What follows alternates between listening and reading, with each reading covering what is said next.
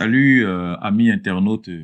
Nous sommes à notre émission Lumière chrétienne, notre émission hebdomadaire de la parole de Dieu, des choses de Dieu. Et moi, c'est le frère Prince. Et nous avons aujourd'hui notre invité, un homme de Dieu avec lequel nous allons parler assez des choses de Dieu. Je crois fortement que au sorti de cette émission, nous serons tous bénis. Et donc, sans plus tarder, je vais laisser la parole à l'homme de Dieu. Homme de Dieu, soyez salué. Est-ce que Bonjour. Bonjour. Est-ce que vous pouvez vous présenter un peu à nos amis internautes qui nous suivent? En tout cas, d'abord, je voudrais profiter de l'occasion pour vous remercier de m'avoir invité C'est un plaisir pour nous. et de remercier également Papa Stéphane Amen. qui m'a convié à cette émission. Vraiment, c'est à moi de vous remercier. Mon nom est Jean-Paul Tchibangou. Je suis marié et père de 3 enfants. Je suis avocat de profession et je travaille pour une organisation internationale.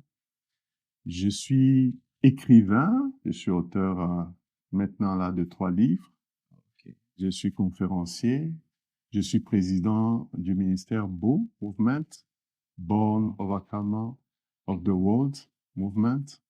Il y a un ministère qui travaille dans la prière, qui travaille dans la mission d'évangélisation, qui travaille également dans les familles, également aussi sur les ondes.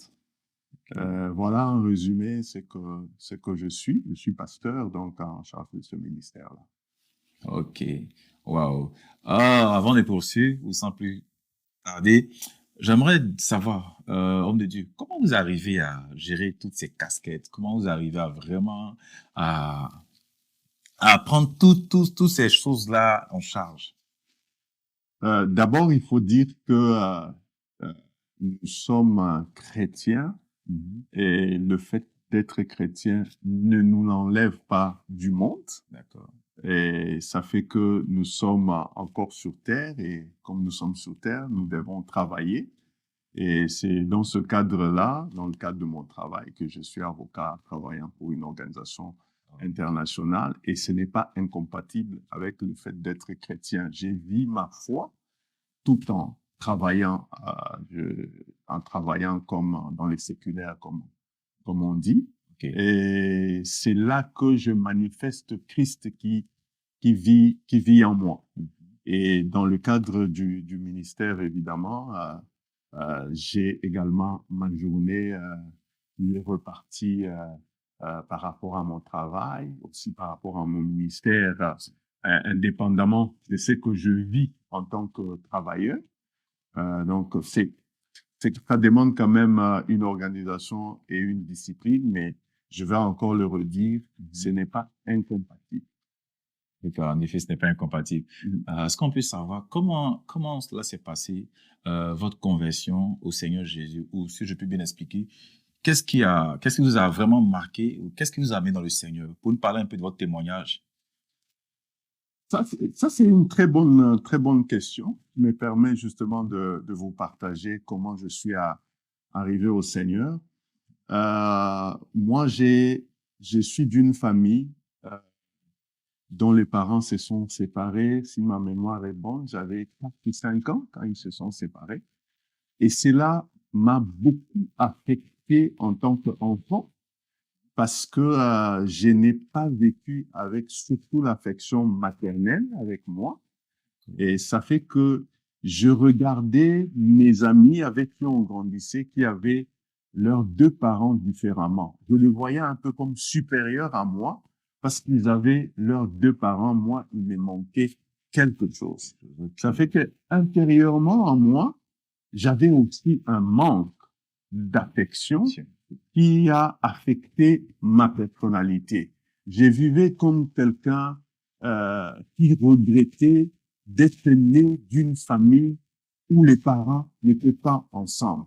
Ça fait que j'ai grandi un peu dans un complexe. J'envie toujours mes amis qui vivaient qui vivaient différemment que moi, qui étaient joyeux. Alors, j'ai développé un peu en moi de la mélancolie. Et comme je n'avais pas ma mère surtout avec moi. Donc, cela m'a beaucoup affecté dans ma personnalité. J'étais très renfermé sur moi-même et je ne voulais pas partager aussi ce que je vivais. Mais il faut avouer que j'étais plus heureux quand j'étais à l'extérieur de la maison que chez moi à la maison.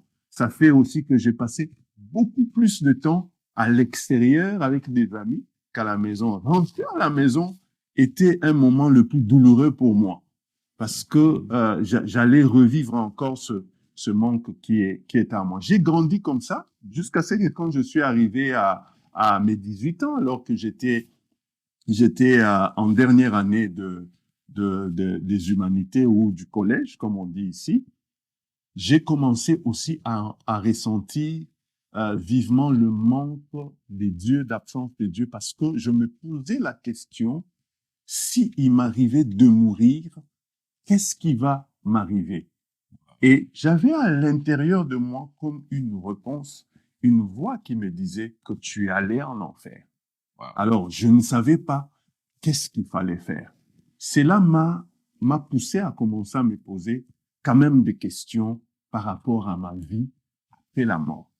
Et pendant la même période, j'ai fait la connaissance de la petite sœur d'un ami qui, elle, avait déjà rencontré le Seigneur, était née de nouveau. Elle avait une vie exemplaire. Elle venait, je peux dire, d'une bonne famille, une famille que je pouvais envier à l'époque. Mais elle priait. Des fois, on allait lui rendre visite. Elle nous disait, je venais d'une retraite. Tu sentais vraiment que c'est quelqu'un. D'abord, c'était une belle fille. Elle s'habillait très bien, mais elle aimait le Seigneur. Non seulement qu'elle aimait, mais elle craignait le Seigneur. Vous pouvez, même dans les conversations, sentir que non, c'est une personne qui craint le Seigneur et qui était différente. Tout ça mis ensemble, me posant la question, et à l'époque, je suivais aussi occasionnellement l'évangéliste Jimmy Swaggart, respect à son nom.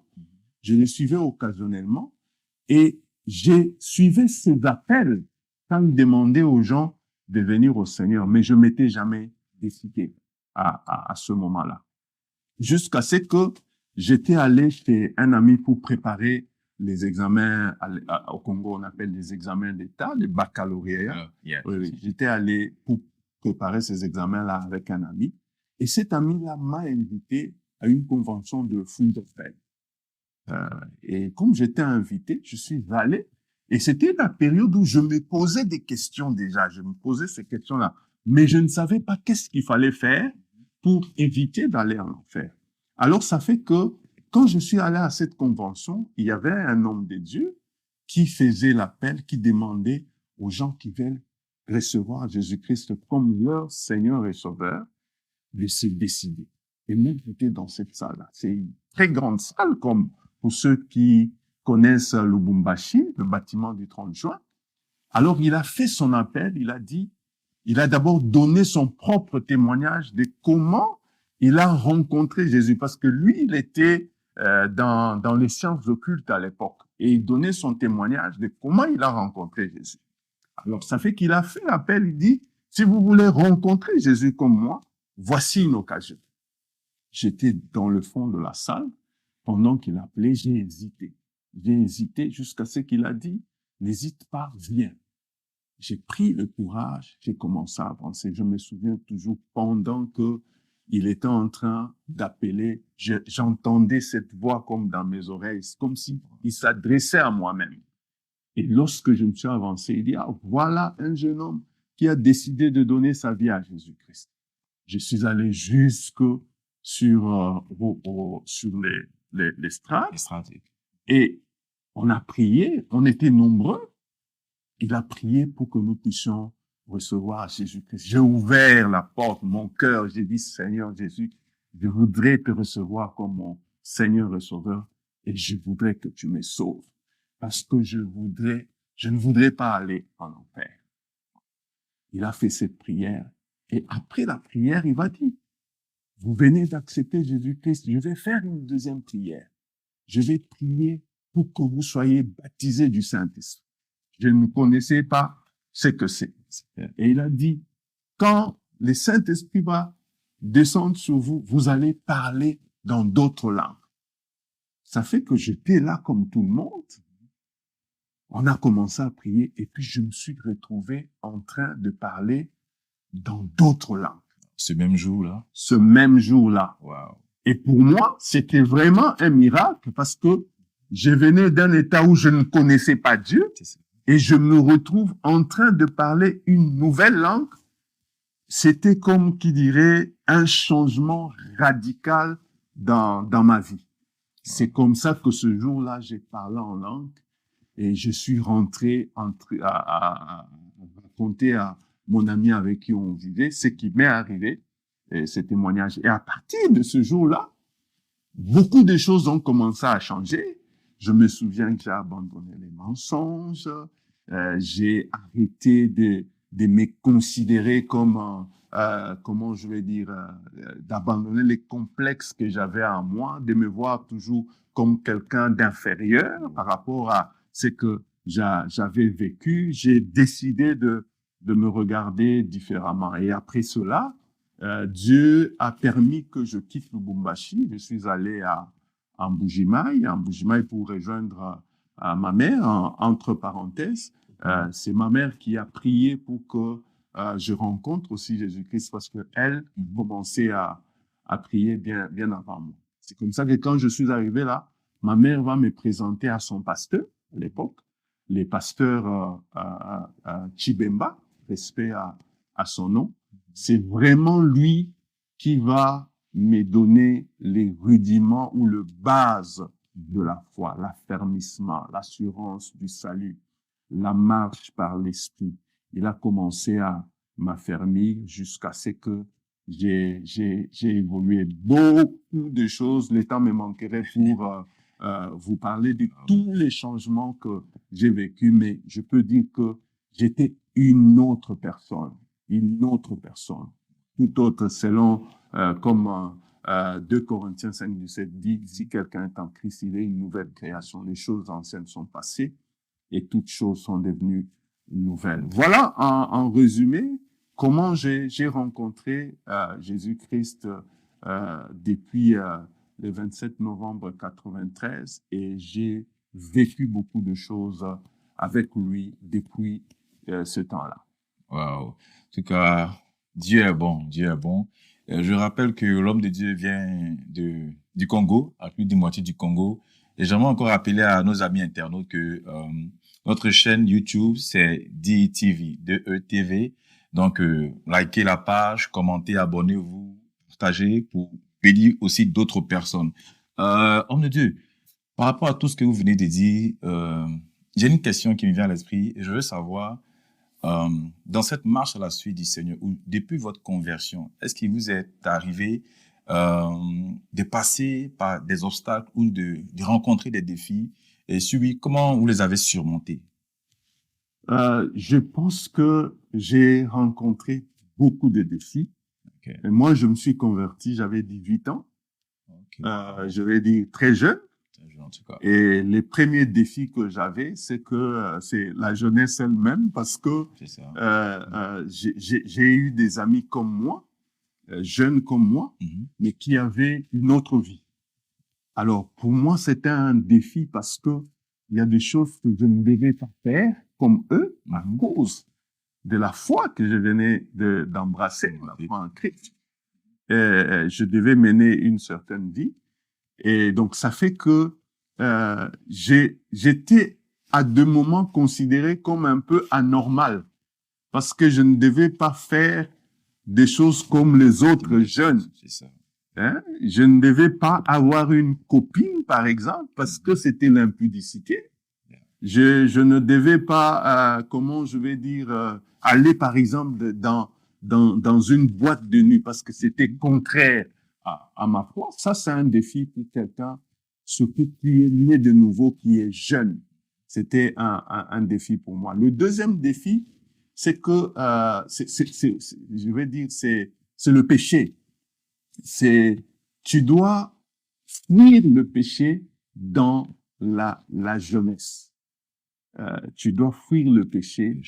Tu dois, comment je vais, ne pas te conformer au siècle présent, comme Paul le dit, C'est ça. alors que c'est ton environnement, c'est ton âge, tu devais t'abstenir de beaucoup de choses, tu devais t'imposer une discipline pour essayer de marcher selon le principe de la foi. Il y a beaucoup d'autres défis que le temps me manquerait pour rentrer un peu en profondeur, mais sinon pour moi, ça c'était le plus gros défi. Je peux dire aussi qu'un autre défi, c'est que j'ai passé toute ma vie en tant qu'étudiant chrétien.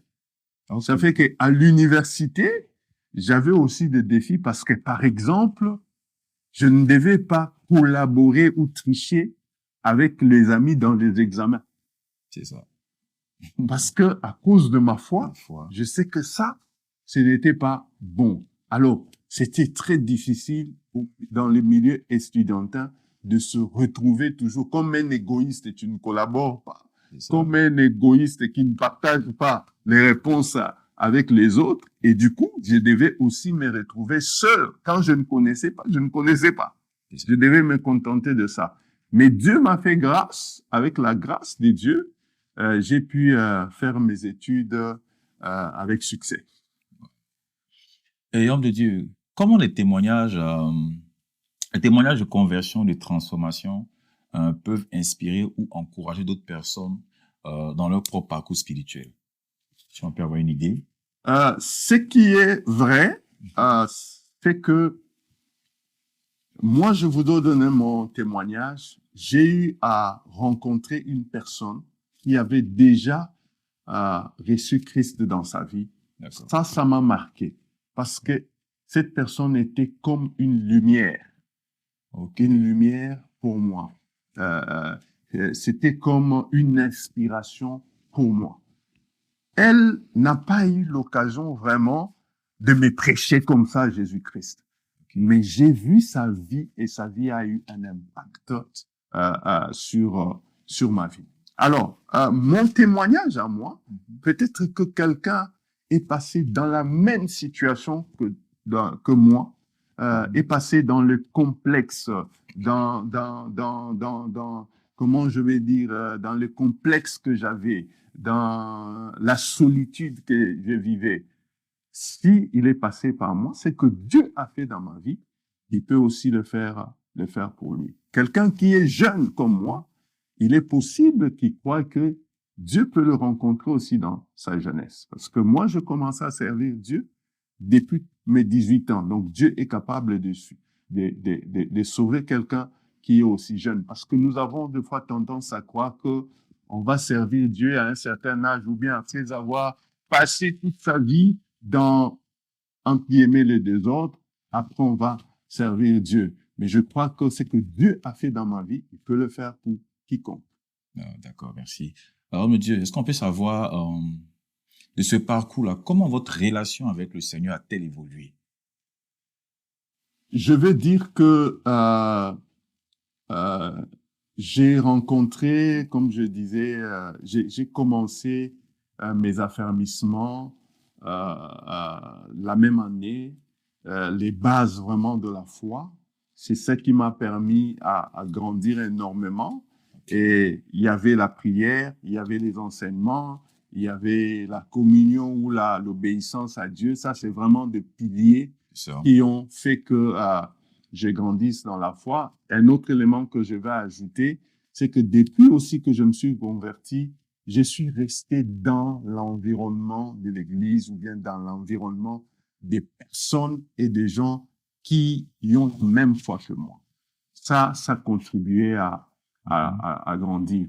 Et encore une fois de plus, le pasteur Chibemba, respect à son nom, lui m'a défié à commencer à servir Dieu, à partager sa foi alors que je venais de naître de nouveau. Je me souviens encore, j'ai gardé ça en moi.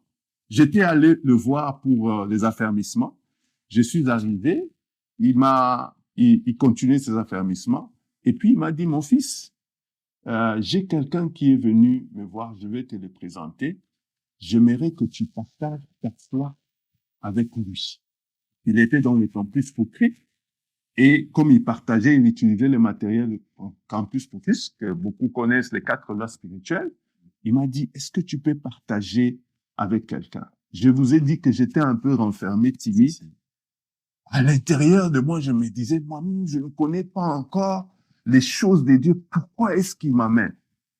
Ça fait que j'ai commencé à partager ma foi et j'ai vu que la personne réagissait et la personne a décidé de donner sa vie à Jésus. Et j'avais aimé l'expérience.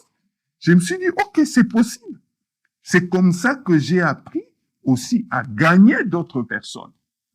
Et lui m'a défié, m'a amené à cela. Donc, c'est vraiment important de se retrouver aussi dans un environnement des personnes qui peuvent vous amener à grandir dans la foi et vous défier aussi à commencer à servir Dieu. Bien sûr, après avoir reçu vraiment les rudiments de la foi. D'accord. Homme de Dieu, si j'ai bonne mémoire, la Bible nous fait comprendre, selon Éphésiens, qu'il a 5 ministères. Je ne sais pas si tu t'appelles un ministère. Quel est ce ministère, si on peut savoir? Si c'est un ministère prophétique, évangélique, histoire de mieux informer nos internautes qui le suivent. Ça c'est une question très, très difficile à répondre. Je dis pas très difficile à répondre pour moi, parce que quand tu demandes à quelqu'un de dire le ministère, bon, je vous ai dit que je suis pasteur. Ah, d'accord. Okay. On voulait avoir plus de précisions. Oui, oui, je suis pasteur, mais moi, je suis de ceux qui croient que Dieu donne un ministère, mais il est possible que Dieu t'utilise avec les grâces d'autres ministères ou l'onction d'un autre ministère. Ça veut dire qu'il m'arrive, par exemple, de donner des paroles de connaissance, des paroles de sagesse, de prophétiser, mais ça ne fait pas de moi un prophète. Il m'arrive d'évangéliser et j'enseigne. Donc, il peut arriver que quelqu'un a un ministère, parce que je crois que selon Éphésiens, Dieu donne un ministère à quelqu'un, mais comme chaque ministère a une onction, selon les besoins, Dieu peut t'utiliser dans une onction, dans une autre. C'est comme ça que vous avez des gens qu'on appelle, ils sont apôtres, prophètes, mais vous les voyez exercer toutes ces grâces, parce que selon les besoins, Dieu peut les utiliser. Ah, d'accord. Excusez-moi, de Dieu. En fait, je demandais cela comme le plus souvent les gens qui font l'amalgame. Donc, c'était une façon pour nous de mieux informer nos auditeurs ou du moins nos internautes qui nous suivent. Non, c'est une bonne question. Pourquoi? Parce que il y a la tendance de changement de ministère. C'est-à-dire, tu as l'impression que les gens commencent évangélistes. C'est très facile. Et puis pasteur. Et puis après, apôtre. Non, maintenant, la tendance actuelle, c'est apôtre et prophète. Oui. Tu as de moins en moins. Mais ici, chaque fois, prophète. Mais c'est aussi, moi, je comprends aussi la confusion dans quel sens. Parce qu'il peut arriver, selon le temps, que Dieu t'utilise avec l'onction d'un ministère. Vous avez des pasteurs qui bâtissent des communautés, des églises, alors qu'ils ne sont pas apôtres. Vous avez même des gens qui font des campagnes d'évangélisation, alors qu'ils ne sont pas évangélistes. En réalité, tout ce qui concerne les autres ministères, tous les 5 ministères, un homme de Dieu qui est appelé peut exercer ça. Mais il a un seul ministère dans lequel il est appelé. Oh, ok. En tout cas, merci. C'est mieux d'expliquer parce qu'il y a certaines personnes qui n'ont pas, on va dire, cette connaissance-là ou cette information-là. En tout cas, merci encore de Dieu. Homme de Dieu, nous croyons que Dieu peut se manifester à travers des hommes, à travers cette émission, par exemple. Et nous avons conscience qu'il y a des gens qui nous suivent, qui ne sont pas forcément des chrétiens ou des personnes qui sont chrétiennes. Et donc, par rapport à votre témoignage, par rapport à la grâce que Dieu vous a faite de le rencontrer, de marcher avec le Seigneur, de le servir, est-ce que vous pouvez faire une annonce ou du moins parler à quelqu'un qui nous suit afin que cette personne-là reçoive Christ? Si vous avez une parole ou un message pour donner à une personne dans le but d'accepter le Seigneur Jésus et pour qu'elle soit sauvée, qu'est-ce que vous pouvez dire à ces personnes? Merci beaucoup. J'aimerais dire à la personne qui me suit, premièrement, que Dieu t'aime et il a un plan merveilleux pour toi. La Bible dit, Dieu a tant aimé le monde qu'il a donné son Fils afin que quiconque croit en lui ne périsse point, mais qu'il ait la vie éternelle. Donc Dieu a un amour pour toi et Dieu a aussi un plan merveilleux pour toi. Jean 10, 10 dit, il est Dieu, Jésus est venu afin de nous donner la vie et la vie en abondance. Donc c'est ça le plan de Dieu qu'il a pour toi. Ça, tu dois être conscient de cela. Mais ce qui est aussi important à savoir, il peut arriver dans ta vie que tu n'expérimentes pas l'amour et le plan de Dieu à cause du péché. Parce que la Bible dit, tous ont péché et sont privés de la gloire de Dieu dans Romains 3, 23. Et la Bible même ajoute, car le salaire du péché, c'est la mort. Nous sommes tous, si vous n'avez pas reçu Christ, des pécheurs. Et le salaire de ce péché-là, comme la Bible dit, c'est la mort. Mais Dieu n'a pas voulu que nous puissions rester dans cet état. C'est pour ça que Dieu a offert Jésus-Christ comme le chemin, la vérité pour l'humanité. Les chemins par lesquels nous pouvons être sauvés. Donc Jésus est la seule solution de l'homme au péché de l'homme. Si tu es dans le péché, Christ nous offre le salut. La Bible dit, c'est par la grâce que nous sommes sauvés, par le moyen de la foi. Cela ne vient pas de vous afin que personne ne puisse se glorifier.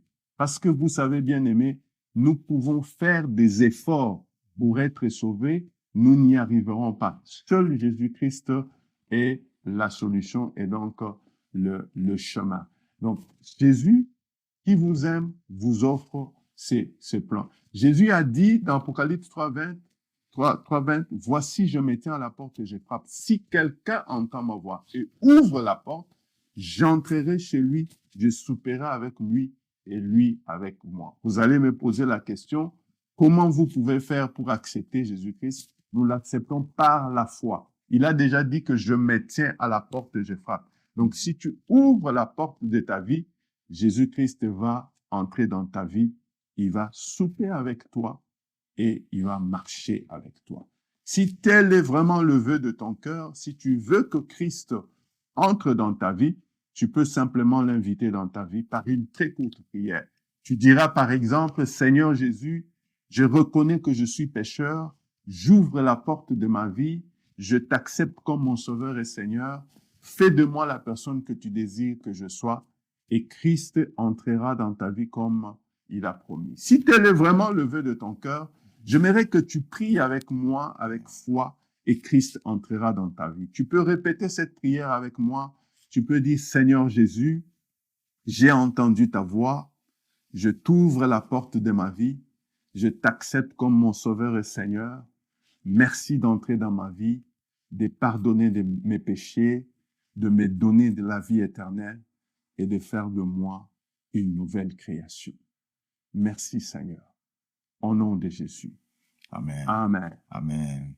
Merci encore, homme de Dieu. J'aimerais juste ajouter, Il n'y a pas de problème. si tu as fait cette prière, j'aimerais que tu saches qu'il y a 4 choses qui sont arrivées dans ta vie. Tu es devenu enfant de Dieu, Amen. selon Jean 1,12 qui dit à tous ceux qui l'ont reçu, elle a donné le pouvoir de devenir enfant de Dieu.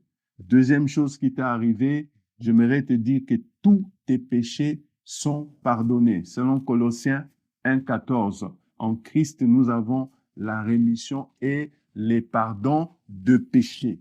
La troisième chose qui t'est arrivée, j'aimerais te dire que tu as reçu la vie éternelle.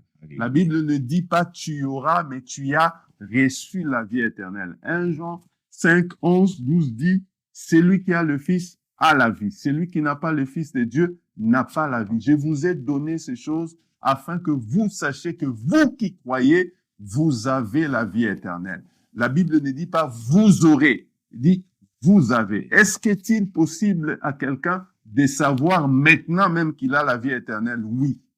Jean dit afin que vous sachiez que vous avez la vie éternelle. La quatrième chose qui vous est arrivée, c'est que vous êtes devenu enfant de Dieu. En tout cas, c'est un miracle, c'est une grâce, une grande bénédiction. Vraiment, j'aimerais encore profiter pour rappeler à nos amis internautes que nous avons d'autres rubriques. Ce n'est pas celle-ci, celle-là seulement. Nous avons, par exemple, le perfectionnement des saints, la voix des femmes vertueuses. Donc, encore une fois, je vous rappelle de liker la page, de vous abonner, de commenter, de partager et de nous laisser même des commentaires. Voilà, et puis après, nous pourrons vous répondre. Et je vais laisser mon contact pour tous ceux-là qui aimeraient nous contacter par téléphone. C'est le 770-688-6155. D'accord, homme de Dieu, vraiment, merci pour ce partage. Merci pour ce beau témoignage. Et j'aimerais, si possible, vous demander si vous avez une petite exhortation à nous donner ou à donner à nos amis internautes, une exhortation, une parole, quelque chose, voilà quoi. Ou peut-être booster quelqu'un. Voilà, ce que je voudrais dire à ceux qui nous suivent, c'est que être chrétien, c'est une relation personnelle avec Christ. Ce n'est pas juste une adhésion, ce n'est pas juste, je vais dire, un titre qu'on porte, mais la vie chrétienne, c'est une relation personnelle et cette relation doit grandir. On est de nouveau et on doit grandir avec le Seigneur. Et pour grandir, nous avons besoin, comme j'ai dit, de fondements, des fondements qui sont la méditation de la parole de Dieu. Nous avons la prière qui nous permet de garder notre communication, notre communion avec Dieu. Et nous avons également l'obéissance qui nous permet d'obéir à Dieu afin que nous puissions marcher selon les principes de Dieu. Ça, ce sont des piliers qui vont vous permettre de grandir dans votre vie chrétienne. Il peut arriver que vous puissiez, à un moment de votre vie, avoir des défis par rapport à ces éléments-là, mais il faut revenir sur ces basiques-là. Une autre exhortation que je voudrais faire, c'est de motiver des gens qui, à un moment de leur vie, de leur foi, ils ont abandonné de se relever parce que Dieu a besoin de vous. Il est possible, comme Pierre, à un moment donné, de nier, de renier sa foi en Christ. Mais j'aime bien ce que Pierre a fait contrairement à Judas, parce que Judas a renié Christ, il est allé se suicider. Mais Pierre a renié Christ, mais il est revenu vers ce Christ pour le suivre et continuer. Il est un de piliers de l'Église parce que c'est celui sur qui Christ a bâti l'Église. Si vous arrivez à un moment de régresser, de rétrograder, l'encouragement que je voudrais vous faire aujourd'hui, c'est de vous relever et de continuer votre marche. Amen. Merci, homme de Dieu. Nous sommes presque à la fin de notre émission. Homme de Dieu, excusez-moi. On aura notre émission pour parler de votre ouvrage parce que quand on a commencé l'émission, vous avez dit que vous étiez auteur d'ouvrage, d'un livre, vous étiez écrivain. Est-ce que vous pouvez, en quelques mots, nous parler un peu de votre livre qui sont là, vos livres qui sont là? Merci beaucoup. Ça, c'est mon premier livre, Les paroles, la technologie des créations et des productions. Okay. Quelqu'un m'a dit que c'est un titre très provocateur. Quand vous parlez de paroles, la technologie des créations et des productions, je disais que si je pouvais l'intituler autrement, je dirais juste la puissance de nos paroles. Mais comme je suis un intellectuel, un scientifique, et nous sommes à l'âge de la tech, de la technologie. C'est pour ça que je parle des paroles, la technologie des créations et de production. C'est un livre très intéressant qui est en 2 éditions. J'ai également la version anglaise dans lesquelles nous exploitons la technologie que Dieu a utilisée pour créer le monde, pour créer la terre, pour créer nos destinées, pour créer nos vies. Et nous disons que les paroles sont la technologie pour bâtir notre destinée et bâtir nos vies. Il est sur Amazon. Okay. Vous le trouvez à $15.6. Et vous pouvez également télécharger un Kindle sur votre téléphone et vous avez la version électronique qui coûte seulement $9. Oh, wow. En tout cas, merci encore, de Dieu. Merci d'avoir accepté notre invitation. Et amis internautes, donc, comme l'homme de Dieu vient de le dire, vous pouvez trouver ces ouvrages là sur Internet, on va dire Amazon, et puis voilà quoi. Merci encore, homme de Dieu. Merci pour toutes tes paroles de bénédiction. En tout cas, on a été édifiés ici sur ce plateau. Et donc, nous sommes à la fin de notre émission. Est-ce que, homme de Dieu, pour nous recommander avec une prière la grâce du Seigneur? Merci. J'aimerais que nous baissons nos têtes. Nous allons rendre grâce au Seigneur pour ce moment qu'il nous a donné. Seigneur, merci pour ce temps. Merci pour mon frère, ma sœur qui a suivi. Merci pour celui qui a pris la décision de se donner à toi, Seigneur, comme Sauveur et Seigneur. Merci pour celui que tu as relevé, Éternel. Merci pour celui qui a été rétrogradé, que tu relèves en ce jour, Amen. afin qu'il continue sa course, qu'il continue sa marche. Merci pour Stéphane, merci pour Prince, Amen. merci pour cette œuvre que nous voulons que tu bénisses, Amen. afin qu'elle croisse et grandisse, Seigneur. À toi la gloire, à toi l'honneur, au nom de Jésus-Christ. Amen. Amen. Merci à vous tous qui nous avez suivis et rendez-vous à notre prochaine émission. Que Dieu vous garde. Soyez bénis. Portez-vous bien. Bye.